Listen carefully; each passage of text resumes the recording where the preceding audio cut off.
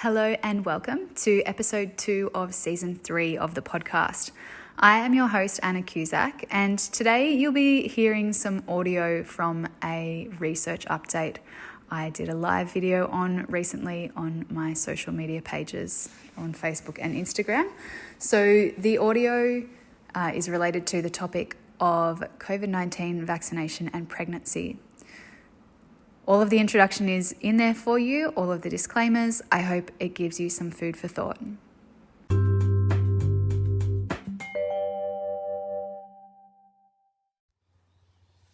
Hi, good afternoon everybody. I am coming to you live to bring you the next research update in this series of research updates that I'm doing. So the information in this video is just that, it is only information. It does not take the place of individualized advice and consultation with your medical team. I do hope you find it useful, and please feel free to share this with anybody who you think may be interested. I'll be taking the audio from this recording and uploading it to my podcast as well, if you'd rather listen through that method, and there is a full transcript on my blog as well. So starting from the start. And if anybody leaves any comments, I'm just going to come back to them at the end because it is quite a long presentation and some of those things might get answered along the way. So hi, I'm Anna Cusack. I'm an author, a doula, a certified motherhood studies practitioner, and a parenting mentor. Parent mentor. I have uni postgraduate qualifications in clinical exercise physiology, specializing in rehabilitation, and I've worked for a number of years as a health professional in community health and hospital settings. So the second research update that I have, this is the second research update that I'm recording. The first one was around the topic of breastfeeding and vaccination, what we knew so far. And in this video, I'll be discussing the academic scientific research published to date in relation to pregnancy and vaccination against COVID-19. So obviously there are limitations here. I'm one person, not a team of professional researchers, and I can only give you information from studies that have been conducted in English or published in English. The reading I have done is comprehensive, but I'm not trying to position myself as an expert in this area either. I'm relaying the findings of the people who are actually the experts in words that you can hopefully understand.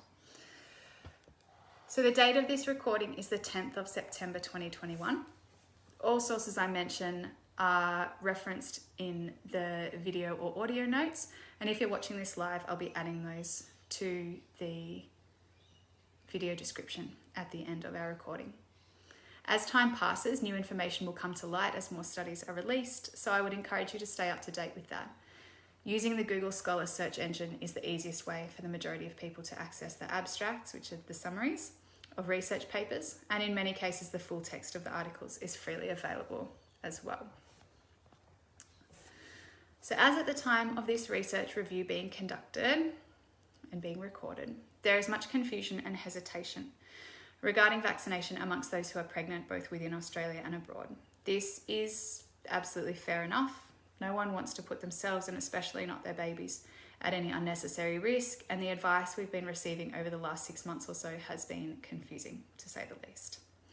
So the first thing to know here is that pregnant people were not included in initial research trials, which is pretty standard across medical research. So early advice was based on theoretical modelling of how the vaccines operate in other adult humans, and also how they worked in studies of animals who were pregnant. So there is more and more human-specific research data becoming available now. The aim of this video is to present the data from formal research studies to you in an understandable way, so you can feel more confident discussing possible vaccination with your healthcare provider. It does not replace that conversation with your pregnancy health team in any way, and the choice is ultimately up to you, and I will support you whatever you choose. As I mentioned in the previous video on breastfeeding and vaccination, the Royal Australian College of Obstetricians and Gynecologists, also known as RANZCOG, released a statement on the 18th of August 2021 with advice for people who were trying to become pregnant, currently pregnant, and or breastfeeding. So in this statement, they note that, and I quote, "Pregnant women are a priority group for COVID-19 vaccination and should be routinely offered Pfizer mRNA vaccine, also known as Comirnaty, or Spikevax, Moderna, at any stage of pregnancy. Pregnant women with COVID-19 have a higher risk of severe illness compared to non-pregnant women with COVID-19 of the same age. This includes an increased risk of hospitalisation, admission to an intensive care unit, and invasive ventilation. COVID-19 during pregnancy also increases the risk of complications for the baby, including a higher risk of stillbirth and being born prematurely. So let's unpack that statement a bit. So firstly, I want to note that the RANZCOG recommendation is only talking about the Pfizer and Moderna vaccines. These are the vaccines that actually have data for pregnancy in human subjects so far. So Stebbings and colleagues have done studies of AstraZeneca vaccine on mice that haven't recorded any concerns in pregnant females or their offspring, but obviously mice are not humans. So all the research they are using in the studies and the research we're discussing today is on Pfizer and Moderna and human mothers, pregnant people and their babies. So in the rest of this video, we're going to review the data on the other points the RANZCOG statement raises. So 1, that pregnant people have a higher risks of severe illness with coronavirus infection and the COVID-19 disease it causes, and greater need for hospital and intensive care. Number 2, COVID increases risks of complications for the baby, including high stillbirth, and being born prematurely. And 3, the recommendation that pregnant women and people should be offered vaccination at any stage of pregnancy. So research into the safety and effectiveness of the vaccination at different points in pregnancy is what we'll look at as well. So this discussion will be in relation to both the mum or birth parent, what we know about vaccination for them, and for the developing baby in utero, and also in relation to any potential benefit of vaccination during pregnancy that may carry over into protection for the new baby directly post-birth. Okay, so what happens with coronavirus exposure and the COVID-19 disease it causes with people who are pregnant? So there are actually a lot of research studies published on this now. Rather than giving you a summary of every single one, I'm going to speak on information from a meta-analysis from the Canadian Medical Association Journal that was released on the 19th of April 2021. So a meta-analysis is where the researchers compile the data from lots of other smaller research studies so they can get a better picture of what's going on.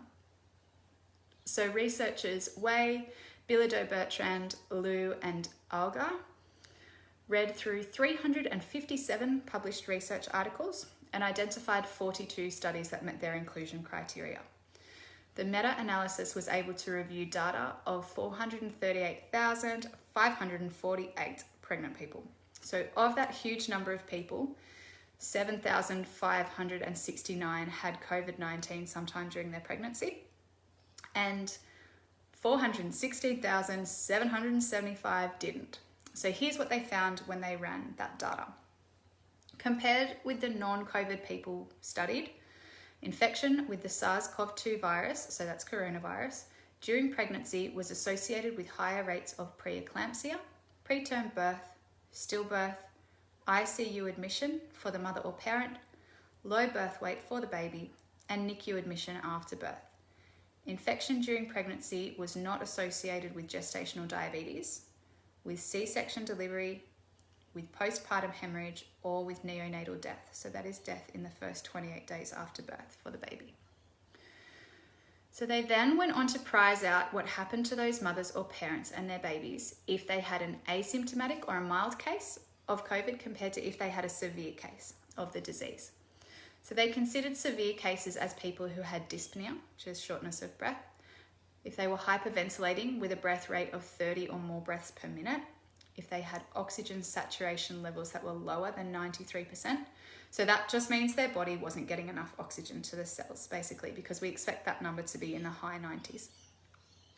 If they would, so lower than 93% if they were just breathing normal room air, or if they had symptoms of pneumonia, which is essentially fluid on the lungs. So compared with mild case of COVID-19, severe COVID-19 was strongly associated with preeclampsia, preterm birth, gestational diabetes, ICU admission, mechanical ventilation, as in being on a ventilator, and cesarean delivery, as well as low birth weight and NICU admission for the baby. So the authors of that study conclude that our findings suggest that COVID-19 in pregnancy is associated with preeclampsia and preterm birth, and that severe COVID-19 can lead to considerable maternal and neonatal morbidity. And morbidity means essentially rates of illness. So this study didn't report on demographics or population characteristics. So I'll mention one study that did. This one is by Marion Knight and colleagues, and it is called, it's a bit of a mouthful, Characteristics and Outcomes of Pregnant Women Admitted to Hospital with Confirmed SARS-CoV-2 Infection in the UK, National Population-Based Cohort Study. So this one was, as it says, from the UK, following 427 women who were COVID positive and admitted to hospital for their COVID-19 symptoms between the 1st of March and the 14th of April in 2020. Now, this study wasn't looking at the Delta variant, which seems to be spread more easily and may also have higher rates of hospitalisation among the general population, but you can get a bit of an idea of what the effects of COVID and pregnancy at the same time might combine to be. So the researchers report that of the pregnant women who were admitted to hospital, 56% were Black women or from other ethnic minority groups, 69% were obese, 41% were aged 35 or over, and 34 had pre-existing comorbidities. And the comorbidities that they mentioned were hypertension, so high blood pressure, gestational diabetes, and asthma. So of the 427 women they studied who were admitted to hospital, 10% of those needed respiratory support, so they needed machines to breathe for them. And 1%, so 5 of the pregnant people had died during the study duration. So 3 of those deaths were attributed directly to COVID-19, and another 7 patients were still in critical care when the study period was completed. So it's not stated what happened to them. And 161 women were still pregnant at the end of the study period. So it would be good to know what happened to the rest of those women. Maybe I should chase that. I'll chase that one up and see if there's further info on that study cohort. So most of those women were in their late 2nd or in their 3rd trimester when they were admitted to hospital. So this seems to be the peak time for concern. 5 of the babies also died, 3 for reasons unrelated to COVID-19, and in 2 cases it wasn't clear whether COVID had contributed to the deaths or not. So those are not pleasant statistics to read, but that is the data from the Knight and colleagues study for you. So before we move on from this study, I just want to address the higher rates of Black and other ethnic hospitalisation in this study, and note that being white isn't necessarily some magic protection from COVID or from disease in general. It's more that people who are not white have so many more barriers to living well throughout their lives due to systemic racism in every system of the colonised world, as well as barriers to proper care when they do have acute disease. So they are more likely to have higher rates of maternal, parental and infant illness and death from just about every cause than white parents. So it's a big issue. It's also worth not being complacent if you do get COVID-19 while pregnant and see worsening symptoms regardless of your background. Okay, so now we have that idea of COVID-19 itself and pregnancy. Let's move on to vaccination specifically in pregnancy. And again, we'll be talking about mRNA vaccines, so Pfizer and Moderna specifically, not AstraZeneca, also known as Vaxzevria, because the data's not there in humans. We already spoke about what RANZCOG, that's the Royal Australian New Zealand Coalition, I've lost the C, of gynecologists, obstetricians and gynecologists, has to say about vaccination, and the World Health Organization says similar.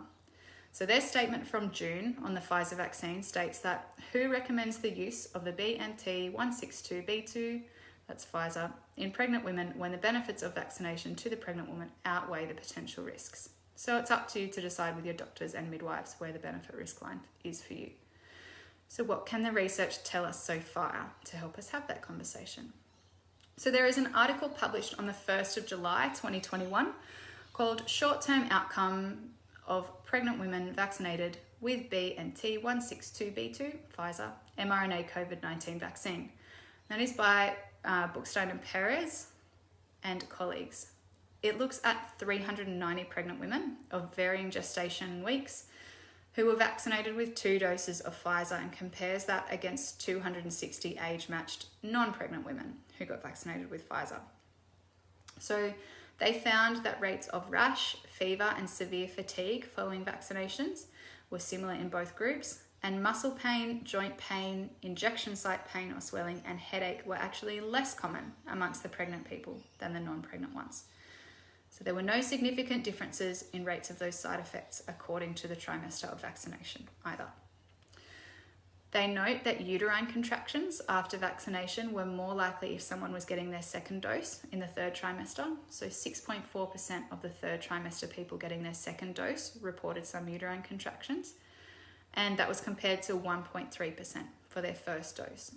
So the same goes for vaginal bleeding. 1.5% of third trimester people getting their second dose reported that happened, compared to 0.3% for the first dose. And pre-labour rupture of membranes, 0.8% of third trimester people getting their second dose reported that happened, compared with 0% for their first dose. So there were a small number of reports of paresthesia, which is like tingling and numbness, usually in the hands and feet as well.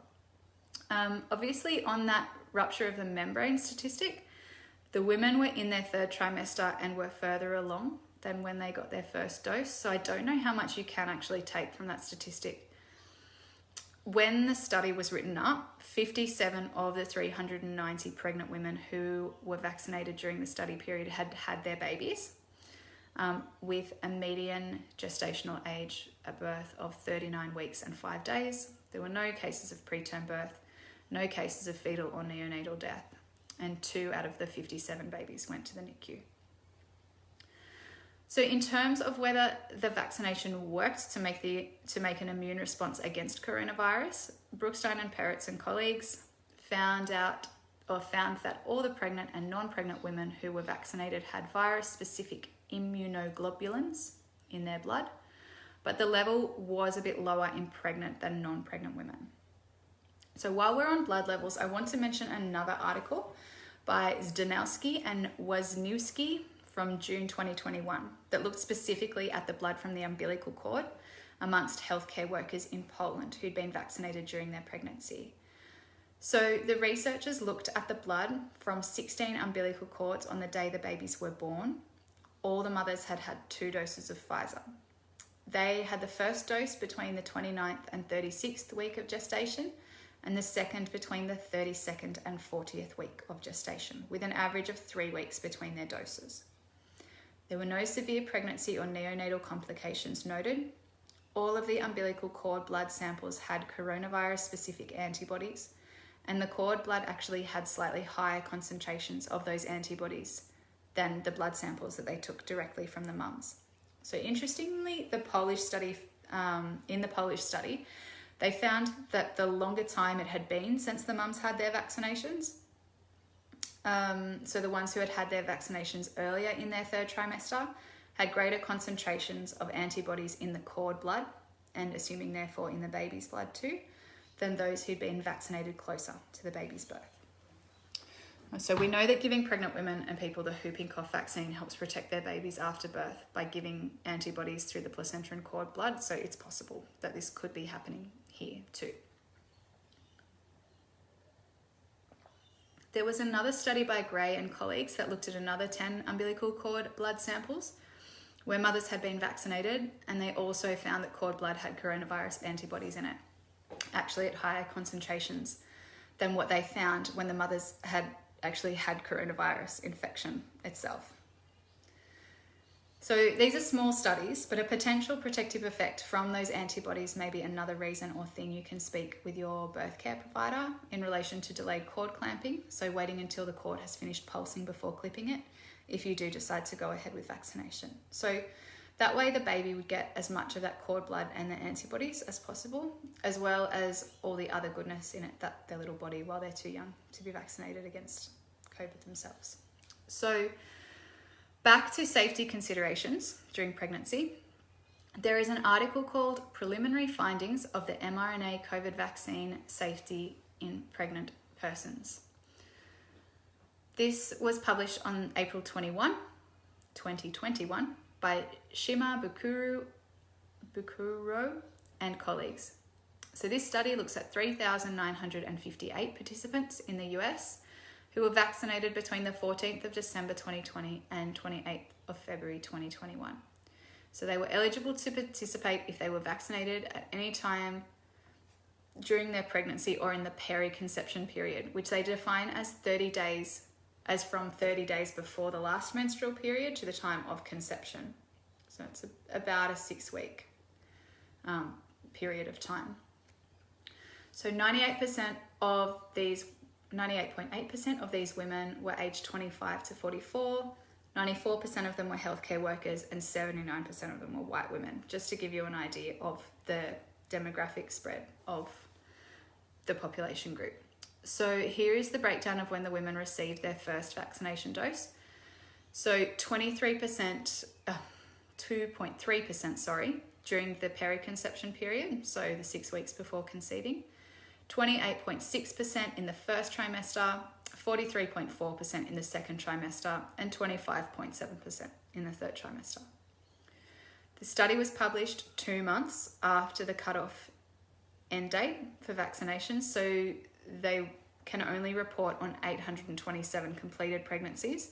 The rest of the pregnancies were ongoing, and we have to wait until time passes until all the women birth their babies. So the breakdown is that in the time between being vaccinated and the study reporting period ending, 712 women had birthed live babies, including 12 multiple births, and 700 of these had their first dose in the third trimester. So rates of preterm birth, low weight for age babies, and congenital abnormalities were all within the general population ranges that is provided in the study. Unfortunately, they just give whole population ranges to compare to, not a population of unvaccinated women who were matched for age, race, ethnicity, etc. to compare to. So the authors reported no neonatal deaths, no deaths in the first 28 days of life. There was one stillbirth, so one lost beyond 20 weeks gestation.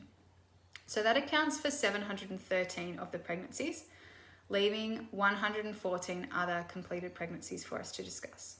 So 10 of these were induced abortions for either medical reasons like ectopic pregnancy or personal ones, and 104 women miscarried, 96 of whom were under 13 weeks gestation at the time, so within the first trimester when that loss occurred.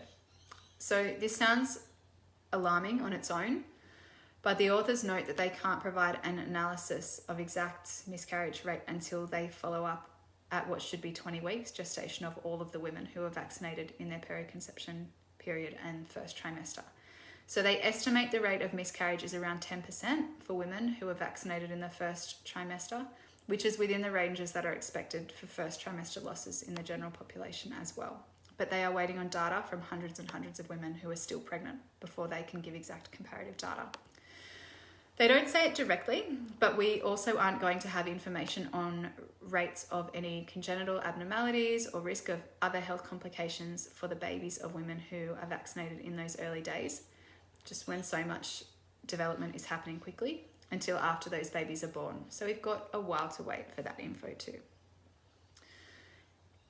In theory, vaccination using mRNA vaccines like Pfizer and Moderna pose little risk of crossing over the placenta and into the baby, but it can't be absolutely excluded until human babies are born to large numbers of mothers who have been vaccinated at all different stages of pregnancy.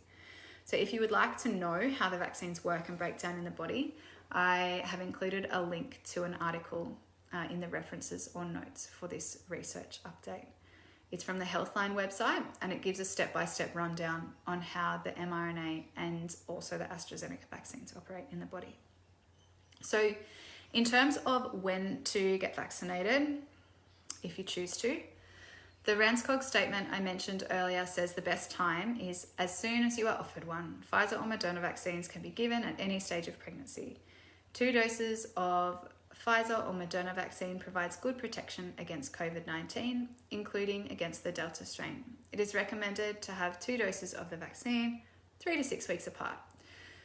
So I note that the WHO's World Health Organization statement on Pfizer, titled Interim Recommendations for Use of the Pfizer-BioNTech COVID-19 Vaccine, BNT 162B2 under emergency use listing was last updated on the 15th of June 2021. And it states that WHO recommends the use of BNT 162B2, so Pfizer, in pregnant women when the benefits of vaccination to the pregnant woman outweigh the potential risks. To help pregnant women make this assessment, they should be provided with information about the risks of COVID-19 in pregnancy, the likely benefits of vaccination, and the current limitations of the safety data. So herein lies the personal risk-benefit situation again, and where you feel you sit. So in a recent interview on the Feed, Play, Love podcast, Professor of Midwifery from Western Sydney University, Hannah Darlan, noted that as there is so much going on in terms of physical development, organ development of the baby in the first trimester, and she also notes, as I have here, that much more data has been released on outcomes for babies after vaccinations during the late second trimester and third trimester. So she notes, with that existing data gap in mind, some mothers may feel more comfortable waiting until the second trimester to be vaccinated for the well-being of the baby. So the flip side of that is that being vaccinated earlier may give you more protection during the third trimester when you're likely to get sicker if you become infected with the coronavirus, which could also impact the baby. So we also don't know yet what the ideal timing for vaccination is to allow for the greatest transfer of antibodies to the baby through the placenta. So it's really personal choice based on your personal risk profile, and I'd encourage you to talk these through with your midwife, obstetrician, or GP. Obviously, if you're 39 weeks pregnant and not seeing anyone and everyone else in your household is also staying home, the benefits and risks to you personally going to get vaccinated right now are very different to somebody who is like 10 weeks pregnant in Western Sydney, who is a nurse, their partner is an ambulance officer, their older child is going to daycare, and their mum that lives with you works at the supermarket. So ultimately, only you can weigh it up according to your own situation and make that choice. Now, Ranskog also say in their statement that if you've had one dose of the vaccination prior to pregnancy, you can have another during pregnancy as soon as enough time has elapsed from the first vaccination, so you don't need to delay it. Some pregnant people who may have had their first dose during the week they had their last period before getting pregnant, just as an example, may feel nervous about getting their second dose during the first trimester. So it's worth noting that you do get greater protection from serious illness and hospitalization from COVID-19 as an adult if you've had both doses instead of one. But if you're able to lay really low, like you and anyone who lives with you working from home, pretty much not seeing anyone or going to risky environments during that early period, you may be able to, in consultation with your healthcare team, have your second dose delayed to around that 12 or 13 weeks gestation mark instead. So there's some evidence from the UK released by Parry and colleagues in recent months that shows much higher levels of antibodies against COVID-19 with a 12-week gap between Pfizer doses rather than a shorter one. So admittedly, that study is in elderly people and it hasn't undergone the peer review process yet by other experts in the field before it's officially published, so don't take that as gospel. My understanding is that in Australia at the moment, with Delta circulating, we're being encouraged to get them closer together to get as much protection as possible rapidly. That said, your medical team would probably rather you have a second dose sometime rather than not at all.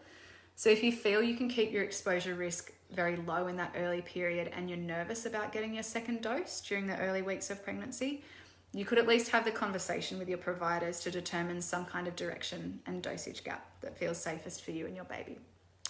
So that's all the information I have for you at this stage. If you have questions or want to request clarification on something, you can contact me on my social media. So I'm at Anarchusec Postpartum on Instagram and Facebook, or you can send me an email using the contact form on my website at www.anarchusec.com.au. I hope this research update has given you some information to consider and was useful to you. The references to all the articles are in the video or episode description, and the same as was for the breastfeeding related research update I did. You're welcome to go and read those articles and many other sources for yourself. So thanks for listening or watching. Remember to follow along to get the next updates, and please send on to anyone who you feel may be interested for personal or professional reasons in hearing this information. Bye.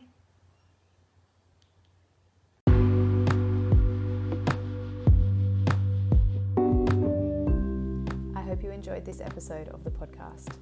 Please remember to subscribe and leave a 5-star review and share with anyone you feel may benefit from this content.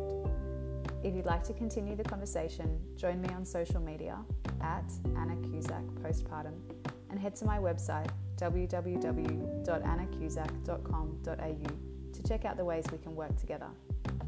Please use the contact form on the website to inquire about having me run workshops with your client groups or book me for corporate speaking or professional development presentations.